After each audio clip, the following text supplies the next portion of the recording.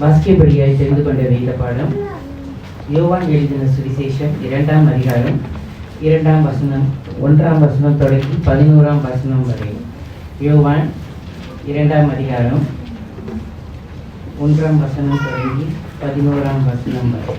3ஆம் நாளிலே கலிலேயாவில் உள்ள கானான் ஊரிலே ஒரு கல்யாணம் நடந்தது. இயேசுவின் தாயும் அங்கே இருந்தார். இயேசுவும் அவருடைய சீஷரும் அந்த கல்யாணத்துக்கு அழைக்கப்பட்டிருந்தார்கள். திராட்சை ரசம் குறைவுபட்ட போது இயேசுவின் தாய் அவரை நோக்கி, அவர்களுக்கு திராட்சை ரசம் இல்லை என்றார். அதற்கு இயேசு, ஸ்திரீயே, எனக்கும் உனக்கும் என்ன? என் வேலை இன்னும் வரவில்லை என்றார். அவருடைய தாய் வேலைக்காரரை நோக்கி, அவர் உங்களுக்கு என்ன சொல்லுகிறாரோ அதன்படி செய்யுங்கள் என்றார். யூதர்கள் தங்கள் சுத்திகரிக்கும் முறைமையின்படியே ஒவ்வொன்று 2-3 குடம் தண்ணீர் கொள்ளத்தக்க 6 கற்சாடிகள் அங்கே வைத்திருந்தது. இயேசு வேலைக்காரரை நோக்கி, ஜாடிகளிலே தண்ணீர் நிரப்புங்கள் என்றார். அவர்கள் அவைகளை நிறைய நிரப்பினார்கள். அவர் அவர்களை நோக்கி, நீங்கள் இப்பொழுது முன்பு பந்தி விசாரிப்புக்காரரிடத்தில் கொண்டு போங்கள் என்றார். அவர்கள் கொண்டு போனார்கள். அந்த திராட்சை ரசம் எங்கே இருந்து வந்ததென்று தண்ணீரை முண்ட வேலைக்காரருக்கு தெரிந்ததே அன்றி பந்தி விசாரிப்புக்காரனுக்கு தெரியாததினால் அவன் திராட்சை ரசமாய் மாறின தண்ணீரை ருசி பார்த்தபோது மணவாளனை அழைத்து, எந்த மனுஷனும் முன்பு நல்ல திராட்சை ரசத்தை கொடுத்து ஜனங்கள் திருப்தி அடைந்த பின்பு ருசி குறைந்ததை கொடுப்பான். நீரோ நல்ல ரசத்தை இதுவரைக்கும் வைத்திருந்தீரே என்றான். இவ்விதமாக இயேசு அந்த முதலாம் அற்புதத்தை கலிலேயாவில் உள்ள கானான் ஊரிலே செய்து தம்முடைய மகிமையை வெளிப்படுத்தினார். அவருடைய சீஷர்கள் அவரிடத்தில் விசுவாசம் வைத்தார்கள். இதுவே தேவனுடைய வசனம். Praise the Lord, brothers and sisters. கர்த்தருடைய பரிசுத்த நாமத்திற்கு ஸ்தோத்திரம் உண்டாவதாக. கர்த்தர் நம்மளை இந்த ஆலயத்தில் கொண்டு வந்து சேர்த்திருக்கிறார். அவருடைய பிரசனம் நம்மோடு இருக்கிறது. 5 மாதங்களே ஆண்டவருடைய கரம் நம்மோடு இருக்கிறதை நம்ம உணர்ந்திருக்கிறோம். கர்த்தர் தொடர்ந்து நம்மளை நடத்த வல்லவராக இருக்கிறார். இந்த ஜூன் மாதத்துல தேவன் எனக்கு கொடுத்திருக்கிற இருதயத்தின் வாஞ்சியத்தின்படி உங்களோடு ஒரு சர்மன் சீரீஸ் நான் பகிர்ந்து கொள்ள ஆசைப்படுகிறேன். இந்த சர்மன் சீரீஸினுடைய மேஜர் டைட்டில் வந்து When God is Silent, தேவன் மௌனமாக இருக்கும்போது என்ற அந்த தலைப்பிலே நான் பகிர்ந்து கொள்ள ஆசைப்படுகிறேன். நம்முடைய அனுபவம் மூலமாக சண்டே ஸ்கூல்ல நம்ம பைபிள் ஸ்டோரிஸ்லாம் கேட்கிற கதைகள் மூலமாக தேவன் அற்புதங்கள் செய்கிறவராக இருக்கிறார், சுகம் கொடுக்கிறவராக இருக்கிறார், விடுதலை மீட்பு வழங்குகிறவராக இருக்கிறார். தேவன் எப்பொழுதும் தேவனாகவே தான் இருப்பார். அவர் மாற மாட்டார். அவரை யாராலும் நிறுத்தவும் முடியாது. அவர் சர்வ வல்லமை உள்ளவர் தேவனாக இருக்கிறார் என்று சற்று சில பாடல்களை பார்க்கும்போது யெகோவா ஈரே, சர்வ வல்லவரே என்று சொல்லி, எல்ஷடாய் என்று சொல்லி அவரை நம்ம போற்றுகிறோம், அவரை நம்ம வணங்குகிறோம். யோபு அதை அறிந்திருக்கிறார். யோபு 5ஆம் அதிகாரம் வசனம் 9 யோபு சொல்லுகிறார், ஆராய்ந்து முடியாத பெரிய காரியங்களையும் எண்ணி முடியாத அதிசயங்களையும் அவர் செய்கிறார் என்று யோபு சொல்லுகிறார். அந்த யோபினுடைய அனுபவத்தை பார்க்கும்போது கர்த்தர் பெரிய காரியங்களை செய்ததை நம்ம வாசிக்கிறோம். இதையெல்லாம் நம்ம வாசித்து அறிந்திருக்கிறோம். கர்த்தர் எப்படிப்பட்டவர் என்று நம்ம அசையாத விசுவாசத்தோடு காணப்படுகிறோம். ஆனால் தேவன் தாம் அவரை குறித்து சொன்ன அவருடைய குணமும் இப்பொழுது நம்முடைய வாழ்க்கையினுடைய காலத்திற்கும் அது சம்பந்தம் இல்லாமல் இருக்கும்போது நம்ம என்ன செய்வோம்? What do we do when he who claims, God who claims to be mighty and powerful doesn't match with our current life situation? தேவன் சொல்றாரு, நான் வல்லவர், நான் பெரியவர், அதிசயம் செய்கிறவர், நான் சுகம் கொடுக்கிறவன் என்று கர்த்தர் சொல்லுகிறார். ஆனால் அவர் சொல்றதுக்கும் இப்பொழுது நம்முடைய வாழ்க்கையினுடைய நிலைக்கும் சம்பந்தம் இல்லாமல் இருக்கும்போது நம்ம என்ன செய்யணும்? எப்படி நம்ம மறு உத்தரவு கொடுக்க வேண்டும்? What do we do, or how should we react when God is silent? தேவன் மௌனமா இருக்கும்போது என்னதான் நம்ம செய்ய முடியும்? அதுதான் என்னுடைய கோல், என்னுடைய விருப்பம். இறையல் மூலமாக, வேதத்தின் மூலமாக இந்த ஒரு முக்கியமான கேள்விக்கு முழு பதில் கொடுக்கிறதுக்கு எனக்கு அந்த திராணி இல்லை, எனக்கு கிருபை இல்லை. முழு பதிலும் கர்த்தரும் கொடுக்க மாட்டார். ஏனென்றால் அவர் அநாதி தேவனாய் இருக்கிறதுனால ஒரு அளவு நமக்கு தெரிகிற அளவுக்கு கர்த்தர் நம்மளை போஷிப்பார் என்று நான் விசுவாசிக்கிறேன். உதாரணமாக, சுகம் வேண்டும் என்று நம்ம ஜெபிக்கிறோம். அந்த சுகம் கிடைக்காத பொழுது நாம் வருத்தப்படுகிறோம். When we praying for healing, that prayer is unanswered and we feel offended or hurt by God.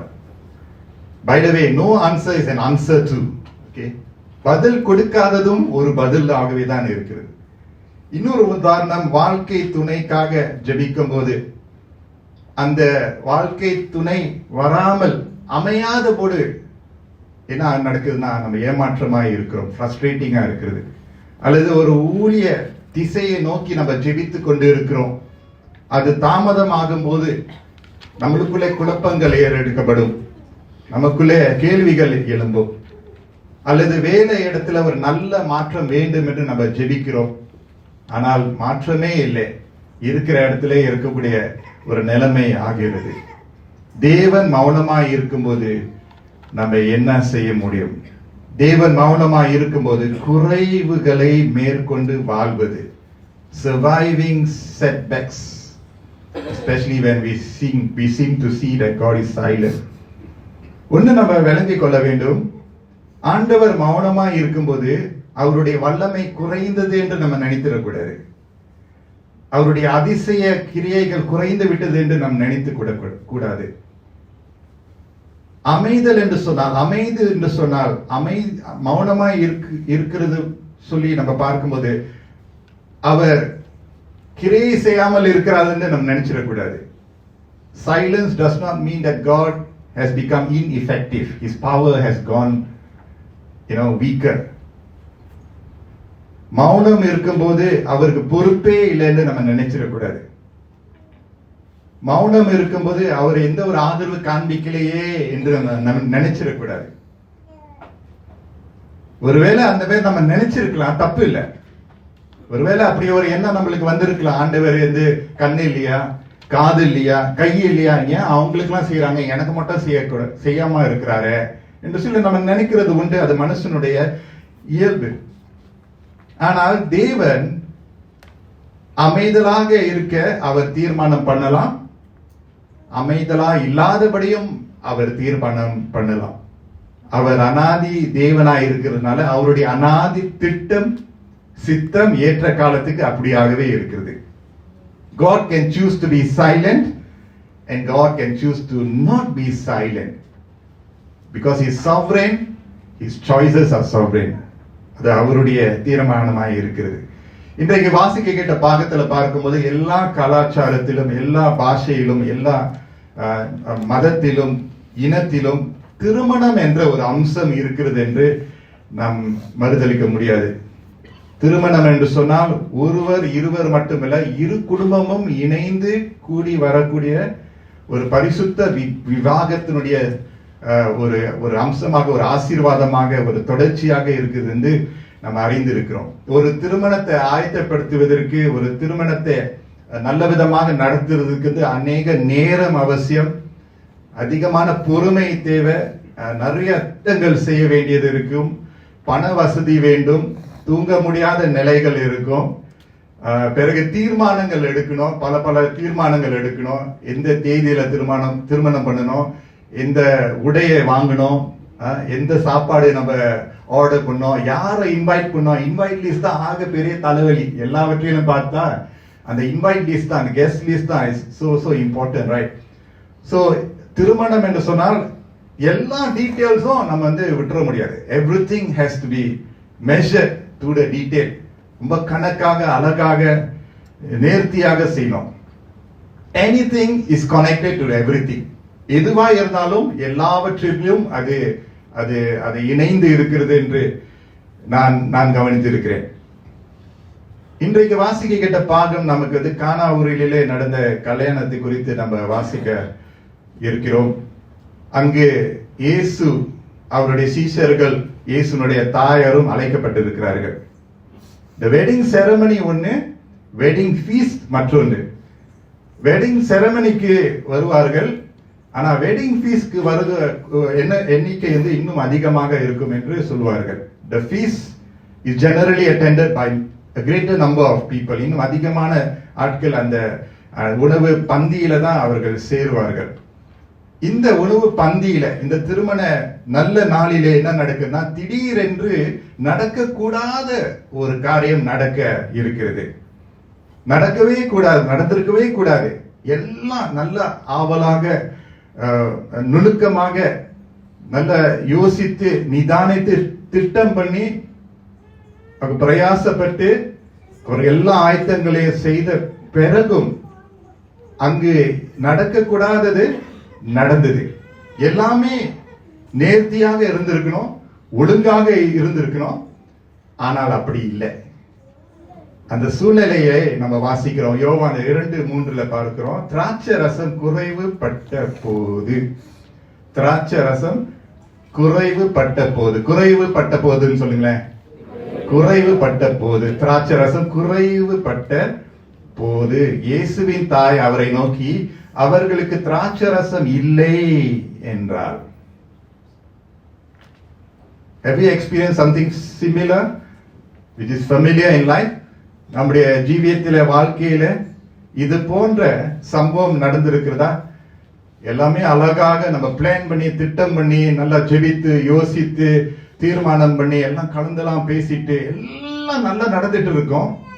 பட்டையில எல்லாம் வரிசையாக everything goes on smoothly, but suddenly something happens. அதுதான் குறைவு, அதுதான் setbacks. அதுதான் நம் வாழ்க்கையில சந்திக்கிறோம். அந்த அந்த குறைவு நடக்கும்போது, அந்த அந்த அந்த அந்த அந்த சூழ்நிலை வரும்போது என்ன நடக்குதுன்னா, அந்த சூழ்நிலை நம்முடைய கவனத்தை ஈர்க்கிறது. அது நம்மளை அப்படியே the situation unsettles us. கவலை நம்மளை வருத்துகிறது. உடனடியாக பேனிக் ஆகிறோம், பயப்படுறோம். அங்கு தடுமாறிக்கொள்ற ஒரு சூழ்நிலை வருகிறது.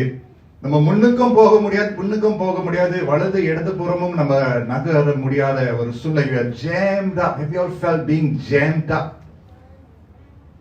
இன்னும் இதுக்கு மேல யோசிக்கவும் முடியாது. I can't even think, pastor, sister, I can't even think. நான் யோசிக்கவே முடியல. எதை யோசிக்கிறது, எப்படி யோசிக்க, எப்படி ஆரம்பிக்கிறது கூட எனக்கு தெரியல. I'm all confused. நினைக்கிறீங்களா? நீங்க ஒரு சிந்தையோடு, ஒரு பிளான், ஒரு திட்டத்தோட எல்லாமே வரிசையாக அழகாக நீங்க செய்தீங்க. உங்க மேல தப்பு இல்ல, கரெக்டா தான் நீங்க நேர்மையாக உத்தமமாக செய்றீங்க. nobody plans to fail. Am I right? Who plans to fail? நம்ம திட்டம் பண்ணும்போது ஒரு வீடை வாங்குறோமா, ஒரு காடியை வாங்குறோமா, அல்லது ஒரு வேலைக்காக அப்ளிகேஷன் போடுறோம். we don't plan to fail. We plan in order to succeed in life. We plan so that we can enjoy life, progress, prosperity. இதெல்லாம் நம்ம வேணும்னு சொல்லிட்டா நம்ம திட்டம் பண்ணுகிறோம். அதுதான் அந்த திருமண காரியங்களிலே நடக்கக்கூடிய விஷயம் என்று நம்ம பார்க்கிறோம். ஆனால் வேதம் இங்கு சொல்லுகிறது, the wine was gone. My God, the wine was gone. They have no more wine. இயேசுனுடைய தாயார் இந்த அதிர்ச்சியான செய்தியை அவங்க வெளிப்படுத்த வேண்டியதா இருந்தது. Jesus' mother came to know of the lack. அவர்களுக்கு அந்த குறைவு அவங்களுக்கு, அந்த செய்தி அவங்களுக்கு வந்திருக்கும். யாராவது அவங்ககிட்ட சொல்லியிருப்பாங்க, அல்லது அவங்களையும் பார்த்திருப்பாங்க. என்ன குச்சு குச்சுன்னு பேசுறாங்களே, என்னது அங்க என்னென்னமா பேசிடுறாங்க என்று அவங்களும் கவனிச்சிருப்பாங்கன்னு நான் நினைக்கிறேன். தெரியல, ஆனா என்ன இருந்தாலும் அவங்களுக்கு அந்த செய்தி வந்திருக்கு. மரியாள் என்ன செய்யறாங்க? அந்த செய்தி வந்த உடனே மரியாள் என்ன செய்யறாங்க? தன்னுடைய விசேஷமான மகனாய் இருக்கக்கூடிய இயேசு கிறிஸ்துவனிடத்துல அந்த பிரச்சனையோடு மரியாள் வந்து போய் அந்த பிரச்சனையை இயேசுவினிடத்துல சொல்லுகிறத நம்ம பார்க்கிறோம். Is it wrong to tell what has gone wrong to your God? Is it wrong? உங்கள் தேவனிடத்துல பிரச்சனையை குறித்து சொல்லுவது தவறா? இல்ல, நிச்சயமாக இல்ல, தவறே இல்ல.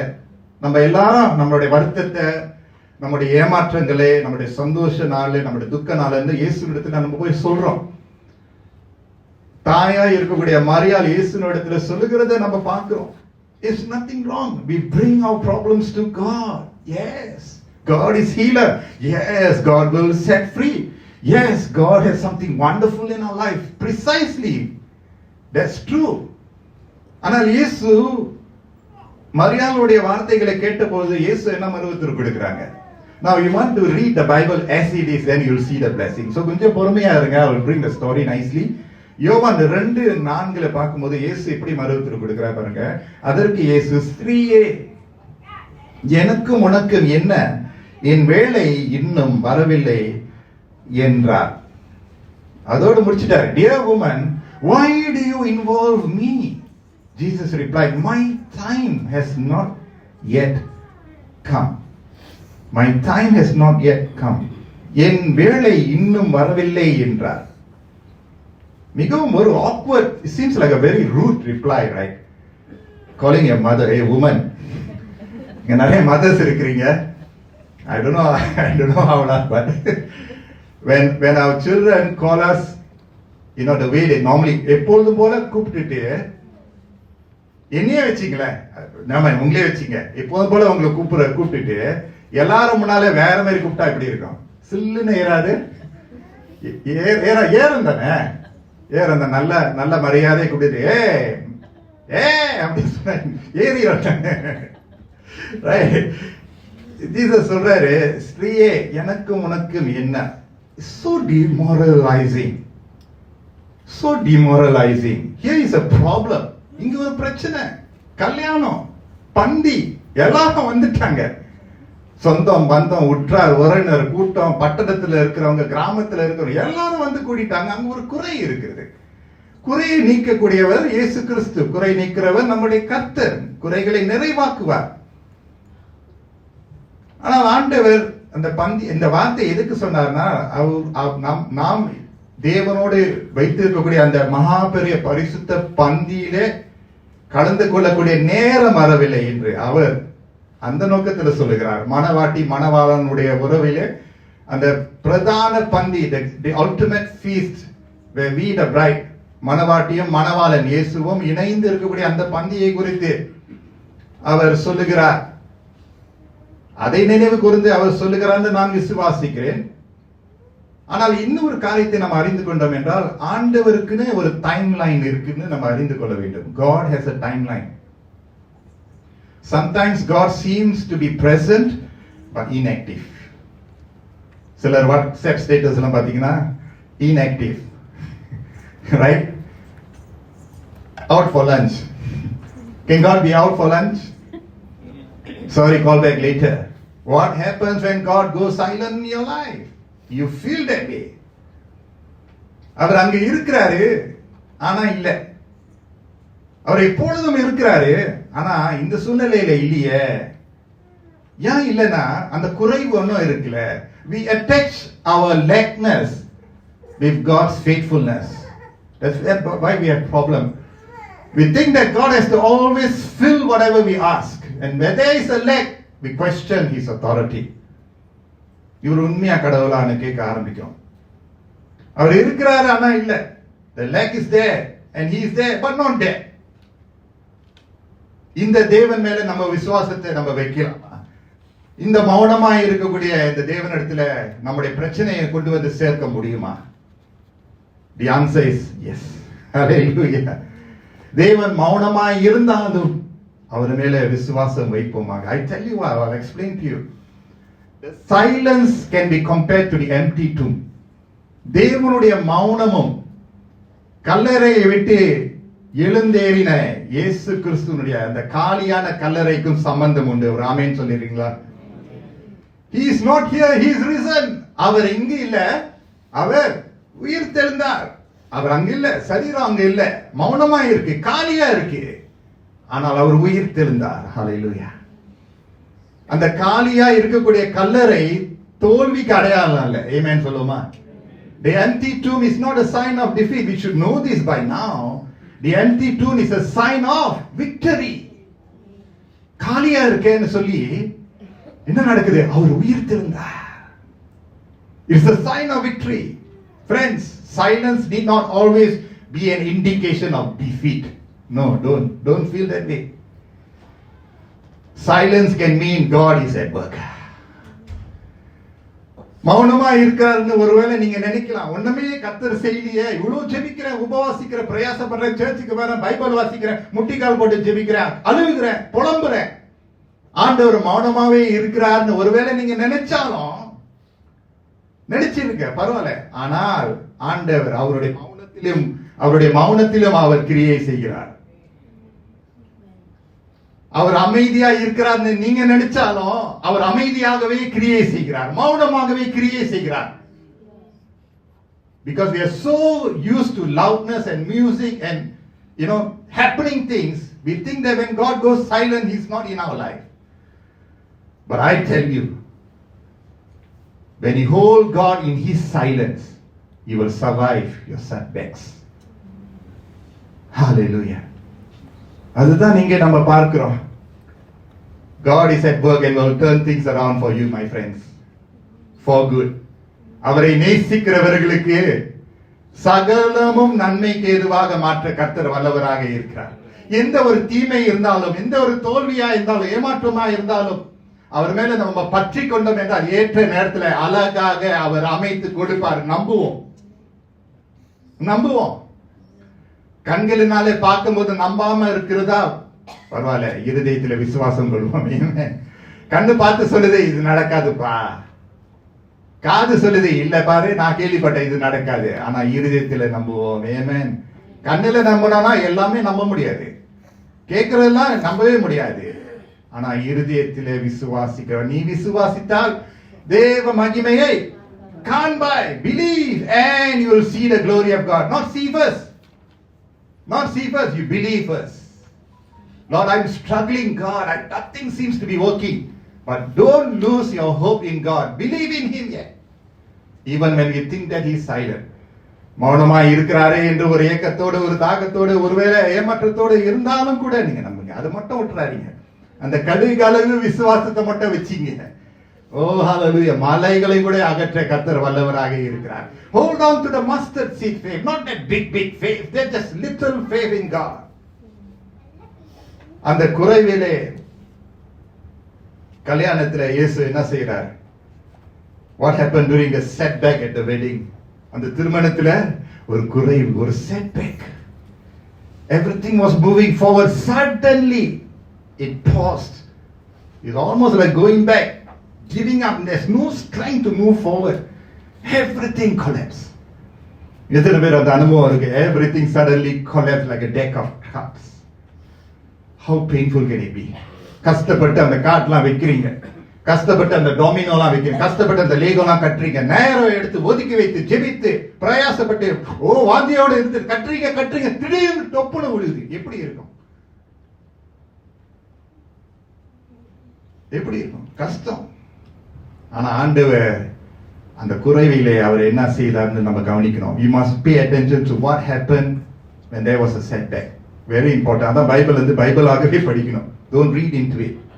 The key word I tell you friends is obedience. கீழ்ப்படிதல். குறைவு இருக்கும்போது குறைவுகள் நிறைவாக வர வேண்டும் என்றால் முக்கியமான ஒரே வார்த்தை தான் நான் உங்களுக்கு கொடுக்கிறேன், கீழ்ப்படிதல். சொல்லுங்களேன், கீழ்ப்படிதல் சொல்லுங்களேன். கீழ்ப்படிதல் இருக்கும்போது மேல்படியே அப்படியே வந்துடும். கீழ்ப்படிதல் இருக்கணும்.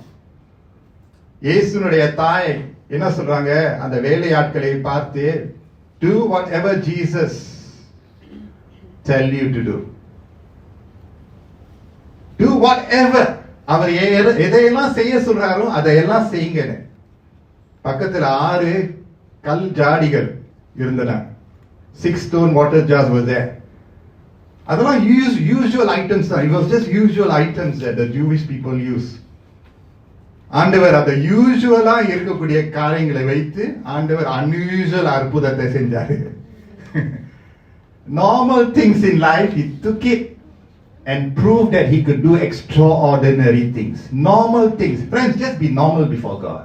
Don't try to be bigger than him.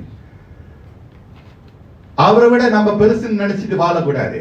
ஆண்டவர் சாதாரண காரியங்களை கொண்டு அவர் அற்புதத்தை செய்ய அவர் சித்தம் கொண்டார்.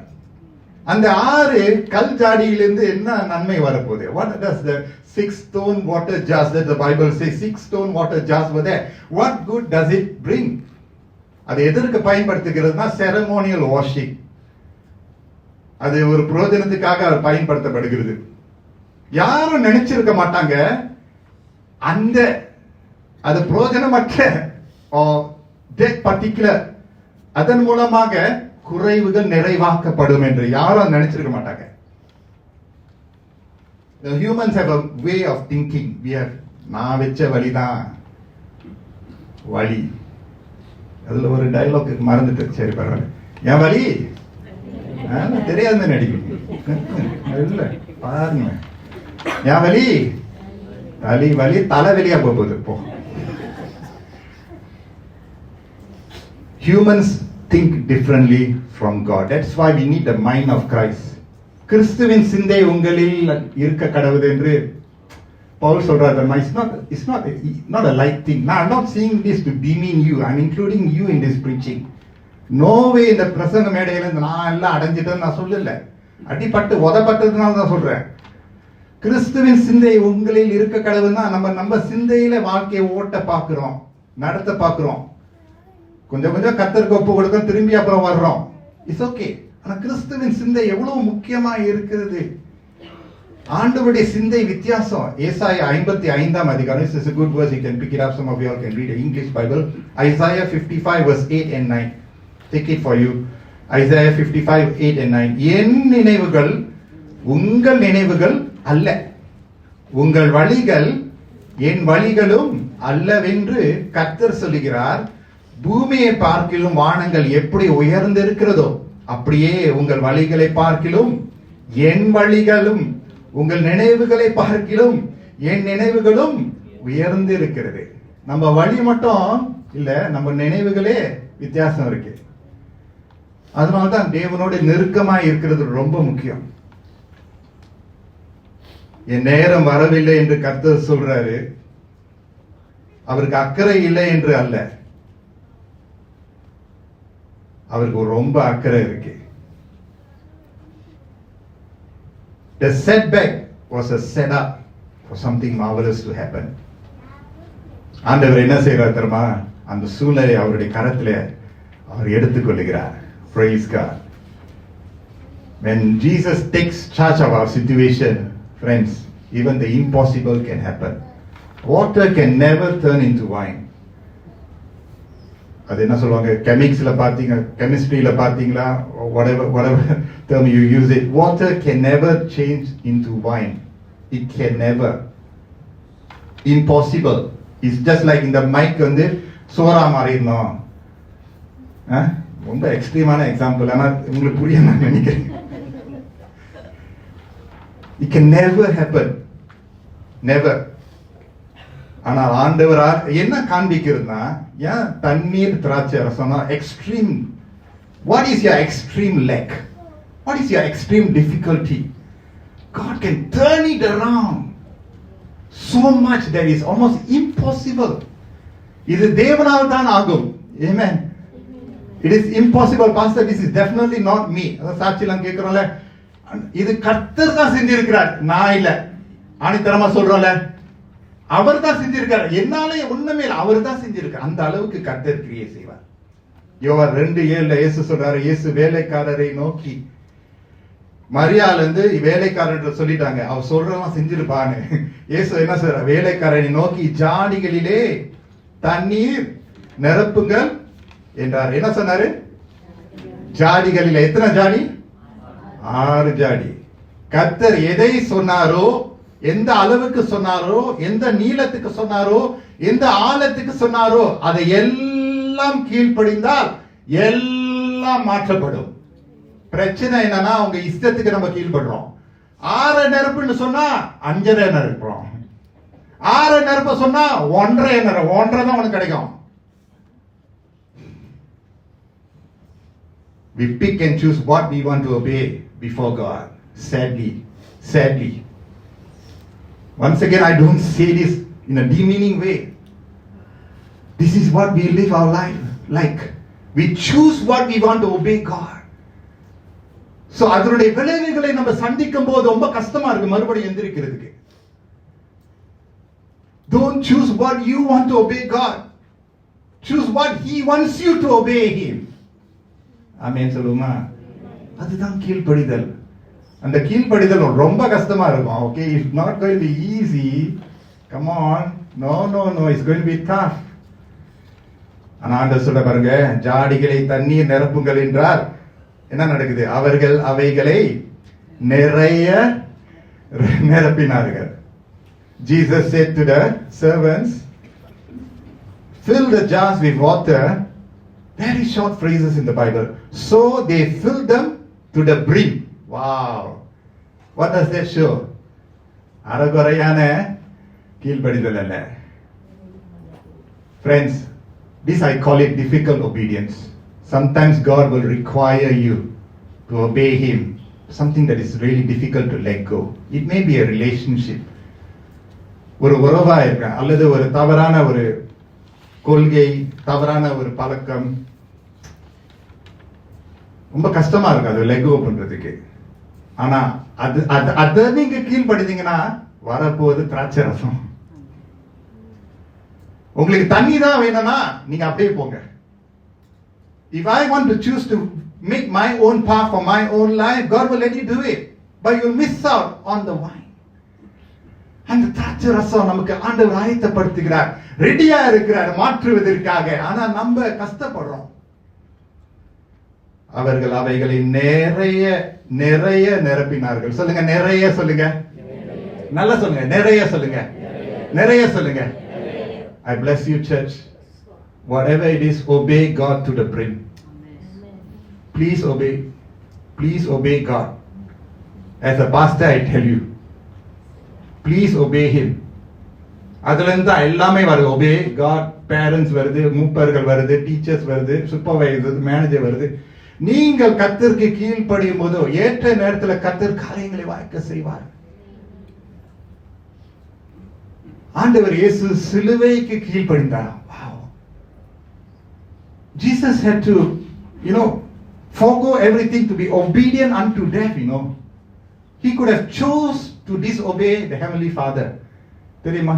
கர்த்தருக்கே தீர்மானம் எடுக்க முடியும். இந்த சிலுவை எனக்கு வேணாம்னு சொல்லிட்டு போயிருக்கலாம். But Jesus himself obeyed unto death. சிலுவை ஏற கடைசி வரைக்கும் கஷ்டமா இருந்தாலும் பரவாயில்ல, பிதா எனக்கு கொடுத்த இந்த பயணம் கீழ்ப்படிதல் மூலமாக ராஜாதி ராஜா, ஹல்லேலூயா. எவ்வளவு பெரிய ஒரு ஆசீர்வாதம். நிறைய நிரப்பினார்கள், அவர்களை நிறைய நிரப்பினார்கள். A simple instruction was given. The step taken to overcome setbacks. Simple instruction தான் ஆண்டவர் சொல்லுவாரு. கஷ்டமா தான் இருக்கும், ஆனா கீழ்ப்படிந்தால் ஆசீர்வாதம் நிரம்பி வரும். ஆமென் சொல்லுமா? The servants filled the jars to the brim. எப்படி ஃபில் பண்ணிருப்பாங்க தெரியல. பக்கெட் இருந்துச்சான்னு தெரியல, ஹோஸ் இருந்துச்சான்னு தெரியல, இல்லாட்டி அங்க ஒரு கேனல் இருந்துச்சா எனக்கு உண்மையா தெரியல. ஆனா பிரயாசப்பட்டு அந்த 6 ஜாடிகளையும் அவர்கள் நிரப்பினார்கள். பாருங்க, 6 இல்லாம பாதி மட்டும் நிரப்பி இருந்தாங்களா, வர வேண்டிய ஆசீர்வாதம் பாதியா தான் இருக்கும், இல்லாட்டி வராமலும் கூட இருக்கலாம். ஆனா நிரப்புறதுனால வந்த ஆசீர்வாதம் ஏராளம். அன்காம்ப்ரமைசிங் ஒபீடியன்ஸ் அவங்களுக்கு இருந்தது. ட்ரை பண்ணி பாருங்க வாழ்க்கையில. None of us here made it all together in life. சில வாழ்க்கை கட்டத்துல இருந்து we are good in this area, we quickly obey. Some areas we don't quickly obey. It's okay, but don't make it a constant habit to rebel. That is very dangerous, friends. தெரியாம செஞ்சது பரவாயில்ல, ஆனா தெரிந்து கீழ்ப்படியாம இருக்கும்போது விளைவுகள் ரொம்ப கொடூரமா இருக்கும். பைபிள் நிறைய காரியங்கள் இருக்கிறது. So dangerous. That is why obedience, the I must die. செய்யும் போது வரக்கூடிய ஆசீர்வாதங்க நேரத்தோடு கர்த்தர் நமக்கு கொடுப்பார். மரியாள் இயேசு கிறிஸ்து அந்த திருமணத்தினுடைய குறைகளை நிறைவேற்ற ஆண்டவர் கிரியை செய்தார். A least thought of obedience started the process of surviving the setback. நம்முடைய குறைவுகள் நிறைவாக வேண்டும் என்று நம்ம ஆசைப்படுறோம். சில நேரத்தில் இன்ஸ்டன்டா வரணும்னு நம்ம பிரயாசப்படுறோம், ஜெபிக்கிறோம். ஆண்டவருடைய தீர்மானம் பார்த்தீங்கன்னா, ஆண்டவருடைய wisdom, there are steps involved for the water to turn into wine. Amen சொல்லுமா? படிகள் சொல்லுங்களேன். வாழ்க்கையில படிகள் இருக்கிறது. எல்லாமே கேட்டா வந்துடாது. There are steps involved in the water turning into wine, not instant. பிரச்சனை என்னன்னா, we are tuned for instant happenings. We look out for the instance, right? When is the offer coming? When is the next offer வருது? இல்ல next travel deal? இல்ல நான் கால் பண்ணா உடனே அவங்க அசன் பண்ணிடணும், இமெயில் பண்ணா உடனே ரெஸ்பாண்ட் பண்ணிடணும், வாட்ஸ்அப் பண்ணா திடீர்னு உடனே வந்துடணும். we are just tuned that way. It's gaining momentum. எல்லாமே டப்புன்னு வந்து அது கதவு தட்டி வந்துடணும். அது உடனடியாக நடக்கலன்னா எரிச்சல் அடைகிறோம், கடுப்பாகிறோம், ஏமாற்றம் ஆகிறோம், விசுவாசத்துல நம்ம குறைந்து போய் இன்னும் கீழே இறங்கிறோம். We struggle with our faith and we altogether are far away from God. Friends, அந்த திராட்சை ரசம் குறைவா இருக்கும்போது நீங்களும் நானும் தேவன் மேல நம்பிக்கை வைக்க முடியுமோ? அந்த அற்புதம் உடனடியாக நடக்கலைன்னா தேவன் மேல தொடர்ந்து நம்பிக்கை வைக்கலாமோ? வாஞ்சித்த அந்த சுகம் வரவில்லை என்றால் தேவன் மேல அந்த நம்பிக்கை தொடர்ந்து வைப்போமோ? Will you still follow Jesus when there is a lack? I pray that we as a people of God in this church, இந்த சபையில தேவ வசனத்தை கேட்டுக்கொண்டிருக்கிற நீங்களும் நான், I pray that we will follow Jesus not just when everything is okay and well. We'll follow Jesus even when there is a lack. குறைவுகள் இருந்தாலும் இயேசுவின் பின்னாலே நான் செல்லுவேன். யோவான் 2:8 அவர் அவர்களை நோக்கி, and this is important, நான் அழகா கொண்டு வரேன், நீங்க கேளுங்க, கர்த்தர் நம்ம கொண்டு வராரு. யோவான் 2:8 பாருங்க. அவர் அவர்களை நோக்கி, நீங்கள் இப்பொழுதும் உண்டுன்னு சொல்லுங்களேன். இப்பொழுதும் உண்டுன்னு சொல்லுங்களேன். முதலாவது இன்ஸ்ட்ரக்ஷன் என்ன சொன்னாரு? ஜாடிகளை தண்ணீர்னால நிரப்புங்கன்னு சொல்றாரு. நிரப்பிட்டாங்க, நிரம்புற அளவுக்கு நிரப்பினாங்க. They filled to the brim. But the Lord says now you draw out. Hallelujah. நிரப்பின garam மொண்டுகிறது. Amen. If you want to see God at work in your life, not someone else do it for you. நீங்க செய்யுங்க. Not on behalf, not on proxy. நீங்க. Yes. முதியோர்கள், பெரியவர்கள், வாலிபர்கள், சிறுவர்கள் இங்க இருக்கிறீங்க. If you want to see God at work, you take the bucket, you draw the water in, fill the jar. அந்த 5000 பேரை போஷிக்கும் போது ஆண்டவர் என்ன செய்தார்? அந்த சிறுவனை பார்த்து, சிறுவன் கையில என்ன இருந்துச்சு சொல்லுங்க? 5 அப்பம் 2 Meena? 5 loaves, 2 fishes, right? The little boy, he had that. அதை எடுத்து ஆண்டவர் பிரயோஜனப்படுத்தினார். ஃப்ரெண்ட்ஸ், உங்க கையில இருக்கு. வல்லமை உங்களிடத்துல இல்ல, ஆனா விசுவாசம் உங்க கையில வழங்கப்பட்டு இருக்கிறது. If you and I could just take that bucket and do what Jesus tells us, no matter how difficult it is, time consuming, கடுப்பா இருந்தாலும், if you obey, அதே கர்த்தர் அதே வேலையாட்கள்கிட்ட சொல்றாரு, நீங்கள் இப்பொழுது மொண்டு பந்தி விசாரிப்புக்காரனிடத்தில் கொண்டு போங்கள் என்றார். அவர்கள் கொண்டு போனார்கள். புரியுதா நான் சொல்றது? First he says you fill the jars with water. செஞ்சாங்க. செஞ்ச பிறகு ஆண்டவர் என்ன சொல்றாரு? இப்போ நீ மொண்டு, அந்த தண்ணியை மொண்டு பந்தி விசாரிப்புக்காரன் இருக்குல்ல, அந்த வெட்டிங் ஃபீஸ் அதை நடத்துகிறவர்கிட்ட கொண்டு போக சொல்றாரு. அவங்க என்ன செய்யறாங்க? அவர்கள் கொண்டு போனார்கள். செய்ய சொன்னாரு, செஞ்சாங்க. மறுபடியும் செய்ய சொன்னாரு, செஞ்சாங்க. Friends, some of us, God is almost like in the scale of 100. ஆண்டவர் நீங்க கீழ்ப்படினால ஆண்டவர் அப்படியே 70% வந்துட்டாரு. ஃபுல்லா அப்படியே கொடுக்கிறது, அப்படியே நல்லா ஜாலியா கொடுக்கிறது. ஆனா மீதி 30% விட்டுறோம். Selective. Lord, I will hear this. பரவாயில்ல, தண்ணியை மொண்டி போடுறது நான் அந்த தண்ணியை டிரா பண்ணி நான் போடுறேன், அது ஓகே. மொண்ட மாட்டேன், அதெல்லாம் நான் செய்ய மாட்டேன். அது நான் இல்லை. It's not me, it's not for me. Sorry, it's not for you, then you miss out. It's not for you, then you miss out on it. சொன்னவனமாக செய்ததுனால, ஹalleluya. ஆசீர்வாதம் கர்த்தர் கொடுத்தார். Amen. We cannot survive setbacks if we are not willing to first hear the Lord who said fill what needs to be filled. All of us want to draw out miracles. எல்லாரும் முண்ட ஆசைப்படுறோம். Correct? முண்டி நல்ல ஆசீர்வாதம். ஆனா நிரப்புக்கிறதுக்கு யாரும் அப்படி முன்னுக்கு வர கஷ்டப்படுறோம். எடுக்கத்தான் ஆசைப்படுறோம், கொடுக்க கஷ்டப்படுறோம். எடுக்கதான் ஆசைப்படுறோம், கொடுக்க கஷ்டப்படுறோம். எதை விதைக்கிறோமோ அதை தான் நம்ம அறுக்க போகிறோம். கர்த்தர் நம்முடைய திங்கிங்ல மாத்துறாரு. கர்த்தர் நம்மளை பலப்படுத்துகிறார், ஸ்திரப்படுத்துகிறார். We want to draw a miracle, a healing, a change, a blessing. Follow Jesus. அவர் சொன்னபடி நம்ம செய்தோம் என்றால் fill and you will draw out. Hallelujah. கடைசியாக let me just close in John chapter 2 verse 9 to 11 வாசிக்கிறேன். அந்த திராட்சை ரசம் எங்கே இருந்து வந்தது என்று தண்ணீரை மொண்ட வேலைக்காரருக்கு தெரிந்ததே அன்றி பந்தி விசாரிப்புக்காரனுக்கு தெரியாததினால் அவன் திராட்சை ரசமாய் மாறின தண்ணீரை ருசி பார்த்த போது, அந்த ஜாடியில எடுத்த தண்ணீர் தான், அந்த தண்ணீர் அவர் ருசி பார்த்த போது அவர் என்ன சொல்றாரு? செரமனி நடத்துறவர் மணவாளனை அழைக்கிற calls on the bridegroom. அழைத்து சொல்றாரு, எந்த மனுஷனும் முன்பு நல்ல திராட்சை ரசத்தை கொடுத்து ஜனங்கள் திருப்தி அடைந்த பின்பு ருசி குறைந்ததை கொடுப்பான், நீரோ நல்ல ரசத்தை இதுவரைக்கும் வைத்திருந்தே என்றான். You have saved the best till now. Friends, God will show up when we think that all is lost. He will show up. ஆனா நம்ம பங்கு அங்க இருக்கு.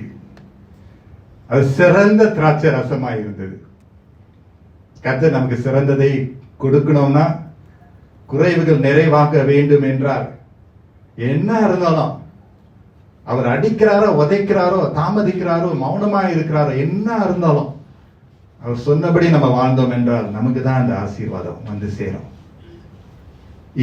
Ecclesiastes 3:11 பிரசங்கியின் புத்தகம் 3:11 அவர் சகலத்தையும் அதினதின் காலத்திலே நேர்த்தியாக செய்திருக்கிறார்.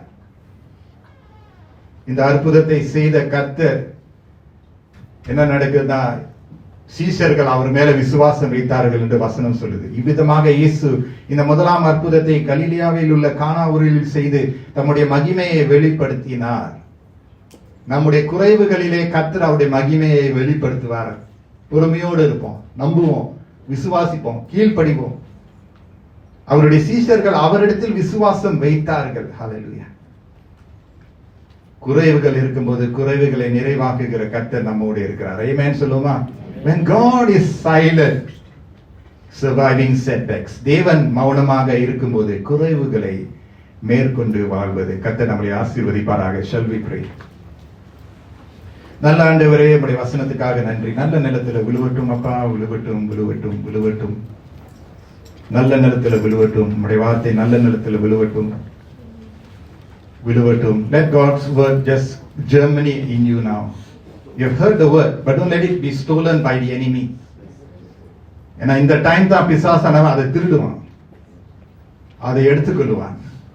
இந்த டைம் தான் very important time, because once you heard the word of God, உலர்ந்த எலும்புகள் உயிர்ப்பிக்க கர்த்தர் வல்லவராக இருக்கிறார். கர்த்தர் நம்முடைய சிந்தையை மாற்றுவார், நம்முடைய வாழ்க்கையினுடைய கண்ணோக்கத்தை மாற்றுவார், நம்முடைய இருதயத்தை ஆண்டவர் பிடிப்பார். வந்த வசனத்துல ஒரு 100% at least certain areasல கர்த்தர், at least இல்ல, always கர்த்தர் certain areasல certain wayல கர்த்தர் பேசுவார். And God's word is so powerful because it's not my word. இது என் வார்த்தை அல்ல. இதோ நான் அப்படியே தயார் பண்ணி நான் கொடுக்கிறது ஒண்ணு, ஆனா அவர் தான் அதை அழகாக சமைச்சு ஏற்ற உப்பு, ஏற்ற அந்த வாசனைகள் எல்லாம் போட்டு நமக்காக பர்சனலைஸ் பண்ணி கர்த்தர் நமக்கு கொடுக்கிறார். உலர்ந்த எலும்புகள் உயிர்ப்பிக்க வேண்டும் என்றால், நம்பிக்கையற்ற சூழ்நிலைகள், குறைவுள்ள சூழ்நிலையா இருக்கிறது ஒருவேளை நீங்க நினைச்சா, this is your moment. survive your setback. You will see it. நீங்க பாப்பீங்க, நீங்க டேஸ்ட் பண்ணுவீங்க. The water becoming wine, you will taste it, friends.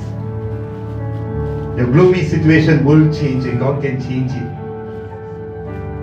ஆனா அந்த ஸ்டெப்ஸ் இருக்குல்ல, நிரப்ப சொல்றாரு, முண்ட சொல்றாரு, ஸ்டெப்ஸ் இருக்குல்ல, இட்ஸ் நாட் ஈஸி கிறிஸ்டியானிட்டி. அந்த லைஃப்ல சிச்சுவேஷன்ல கர்த்தர் லைஃப் கொடுப்பார். நம்பிக்கையோடு இருப்பமாக. எத்தனை பேர் இந்த இடத்துல ஒரு குறைவோடு நான் வந்திருக்கிறேனே, ஒரு குறைவோடு, I've come with a setback. I've come with a setback. I need God to touch me. Is there anyone here? Hallelujah, hallelujah. கர்த்தர் நம்மோடு இருக்கிறது உணர்வோமாக. Just close your eyes. Don't worry about anything else. Don't worry. I will keep the time, friends. I will keep the time. But this is God's time. இது தேவனுடைய நேரம். நம்புறீங்களா? உங்க தேவனை நீங்க நம்புறீங்களா? அப்பா, இது வரைக்கும் நடத்துனீங்களே அப்பா, நம்புறப்பான்னு சொல்லுங்களேன். அப்பா நம்புறப்பா, குறை இருக்குப்பா, வேதனை இருக்கு, பலவீனம் இருக்கிறது, முன்னேறி செல்ல முடியலையே, தடுமாறுகிறேனே, தடுக்கி விழுகிறேனே ஆண்டவரே, ஆனா நான் நம்புறேன்ப்பா, நம்புறேன்ப்பா சொல்லும்போது கர்த்தர் நம்மோடு வருவாரு, நம்மோடு வருவாரு. நம்முடைய கஷ்டத்துல கர்த்தர் இருப்பாரு. God will not just be in our good moments but in our lacks. But He wants us to see that experience of tasting that wine. Hallelujah, hallelujah. That blessing. Praise God. Walk in that blessing, friends. நன்றி அப்பா. Hallelujah. பிள்ளைகளை தொடர்ந்து ஆசீர்வதிங்க. உங்களுடைய வார்த்தை நல்ல நிலத்தில் விழுவட்டும் அப்பா. இயேசுவின் மூலம் ஜெபிக்கிறோம் பிதாவே.